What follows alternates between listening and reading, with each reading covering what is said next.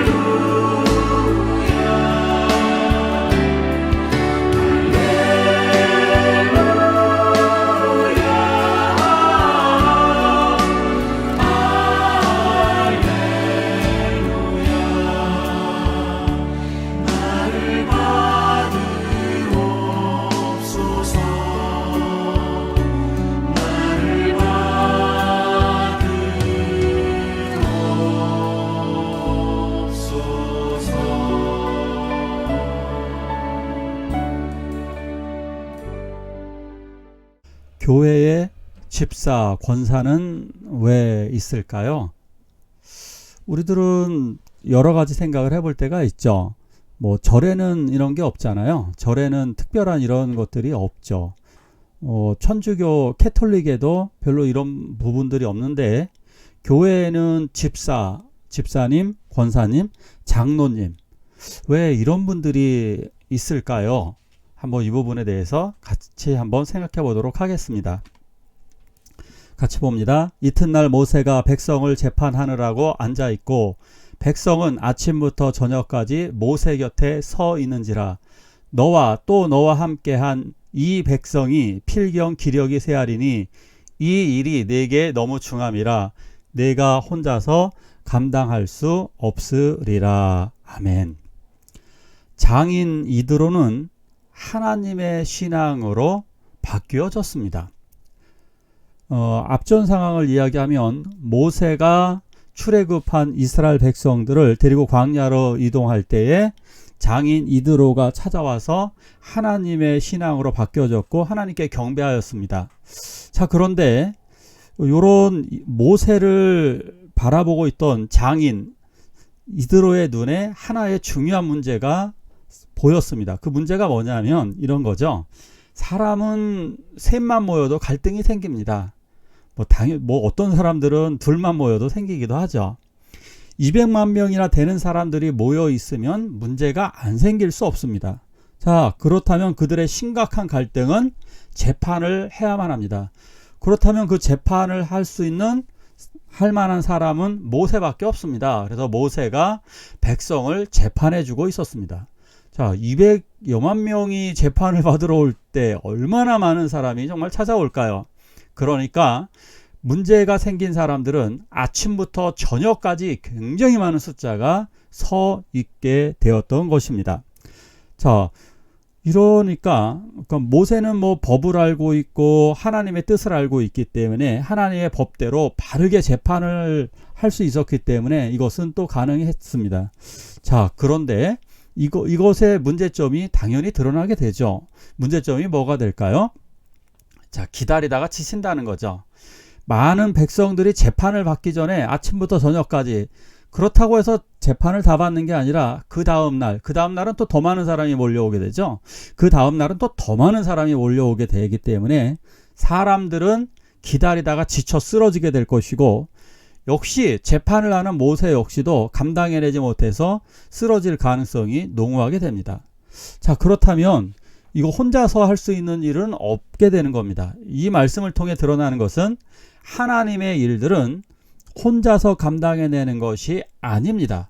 교회는 목사님 혼자서 이끌어가는 것이 아니라 목사님과 함께 모든 성도들이 함께 이끌어가는 것입니다. 하나님이 그 사람들에게 함께 할 수 있도록 동역자를 붙여주신 것입니다. 그래서 이드로는 이러한 해법을 제시하게 됩니다. 같이 한번 읽어볼까요? 너는 또 온 백성 가운데서 능력 있는 사람들 곧 하나님을 두려워하며 진실하며 불의한 이익을 미워하는 자를 살펴서 백성 위에 세워 천부장과 백부장과 50부장과 10부장을 삼아 그들이 때를 따라 백성을 재판하게 하라. 큰 일은 모두 내게 가져갈 것이요 작은 일은 모두 그들이 스스로 재판할 것이니.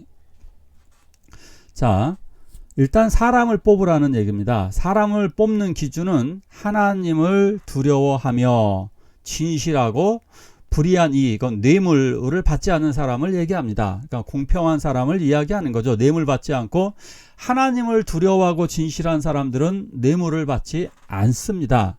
자, 이러한 사람들, 이 정의로운 사람들을 사람들 위해 세우라는 거죠. 그래서 천부장을 1000명, 100명, 50명, 10명 단위로 나누는 겁니다. 이 10부장은 10 가정을 돌보게 되는 거죠. 그래서 10 가정 내에서 문제가 생기게 되면 이 사람이 재판을 하게 되는 거죠. 근데 이 사람이 그러니까 이걸 어떤 사람들을 세웠을 거냐면요. 예를 들면 동네라면 아파트 한 동이라고 얘기하면 아파트 한 동에서 가장 그 나이도 어느 정도 있고 존경받을 만한 사람을 세우게 되는 겁니다. 말 그대로 믿음도 좋고 사람들에게 본이 되는 사람을 세우게 되는 거죠. 이 사람들이 재판하고 이 사람이 이것을 재판하지 못할 때는 50부장에게 가고 50부장이 재판하지 못하면 100부장, 또 100부장이 그 문제 해결하지 못하면 1000부장 이런 식으로 가게 되는 거죠. 최종적으로 가장 큰 문제를 1000부장도 해결하지 못한다면 그것은 모세가 해결을 하게 되는 것입니다. 자, 이거 굉장히 중요한 거죠. 사법권도 있을 뿐만 아니라 이것은 나중에 전쟁 시에는 군부대 역할을 하게 되는 것입니다. 우리나라도 그랬습니다. 우리나라 사또 그러면 동네만 행정적으로만 다스리는 게 아니라요. 사법권까지 가지고 있어서 사또가 다 재판을 하는 거잖아요. 또한 사또가 그 지역을 치안을 다 담당하는 경찰서장 역할도 하고 전쟁이 벌어지게 되면 싸움을 주관하는 어떤 사단장과 같은 역할도 하게 되는 겁니다. 자, 그래서 이런 사람들이 전쟁을 하게 되면 이것이 전시체제에 가게 되면 이것이 오늘날로 치면 뭐 대대, 중대, 소대, 분대 이런 식으로 해서 전쟁을 할 수 있게도 하게 됩니다.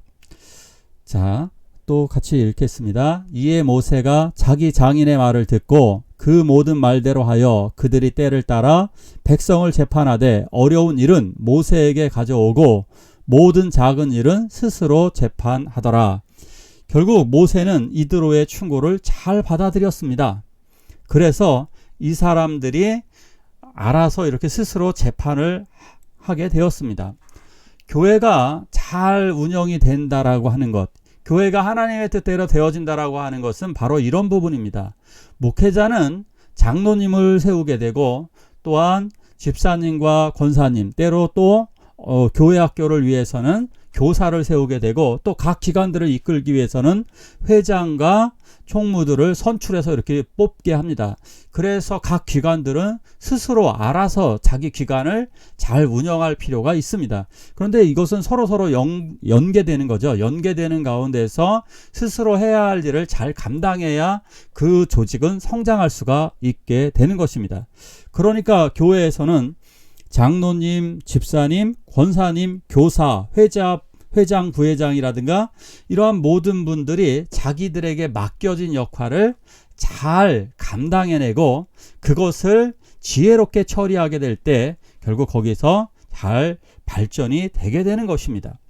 그러니 아까 이야기한 뭐 이런 거죠. 집사님, 단순하게 우리 집사님은 일을 하는 분이다 이런 뜻인 거죠. 일하는 거예요.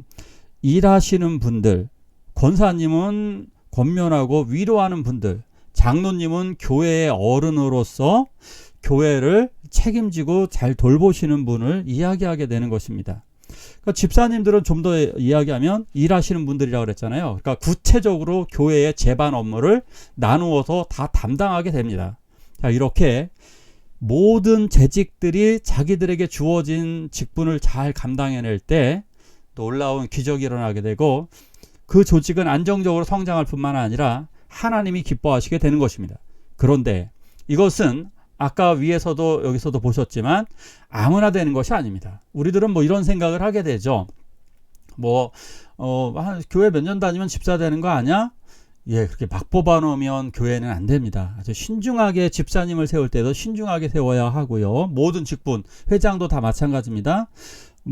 그냥 되는 대로 뽑는 것이 아니라 굉장히 신중하게 선택하고 신중하게 이 일을 잘 감당해내야 하는 것입니다. 이것이 바로 하나님이 나를 부르셨고 하나님이 나를 사용하신다라고 하는 근거가 분명하게 되는 것입니다. 자, 하나님께서 2023년도 각 부서장으로 우리를 세워주셨고 또한 특별한 직임을 맡기지 않았다 할지라도 하나님께서는 내게 여러 가지 일들을 시키십니다. 그러니까 내 맘대로 하게 되면 그것은 하나님의 뜻이 아닙니다. 우리들의 역할은 결국 내가 선 곳에서 함께 하나님의 일을 나누면서 나의 책임을 다하는 것입니다.